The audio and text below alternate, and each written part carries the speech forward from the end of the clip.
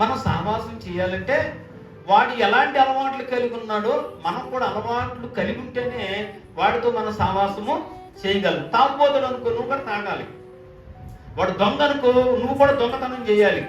వాడు రోడ్లమ్మడి తిరిగేవాడు అనుకో, నువ్వు కూడా రోడ్లమ్మడి తిరగాలి. అప్పుడే వాడికి నీకు మంచి సహవాసం దొరుకుతుంది.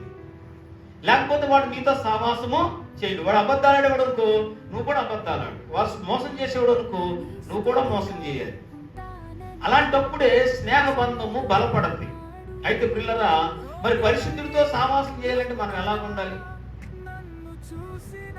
పరిశుద్ధుడితో నువ్వు సహవాసం చేయాలంటే ఆయనతో ఉన్నటువంటి బంధం, మనం దృఢమైనటువంటి బంధంగా మనం ఉండాలి. అంటే ఆయన ఎలాగున్నాడో మనం కూడా అలాగే ఉండాలి. ఆయన ఏది చేయమన్నాడో మనం అదే చేయాలి. ఏమి చేయొద్దన్నాడో ఇవి మానుకోవాలి. అప్పుడే ఆయనతో మనకి సత్సంబంధమైనటువంటి స్నేహ బంధము ఉంటుంది. ఇక్కడ పిల్లరా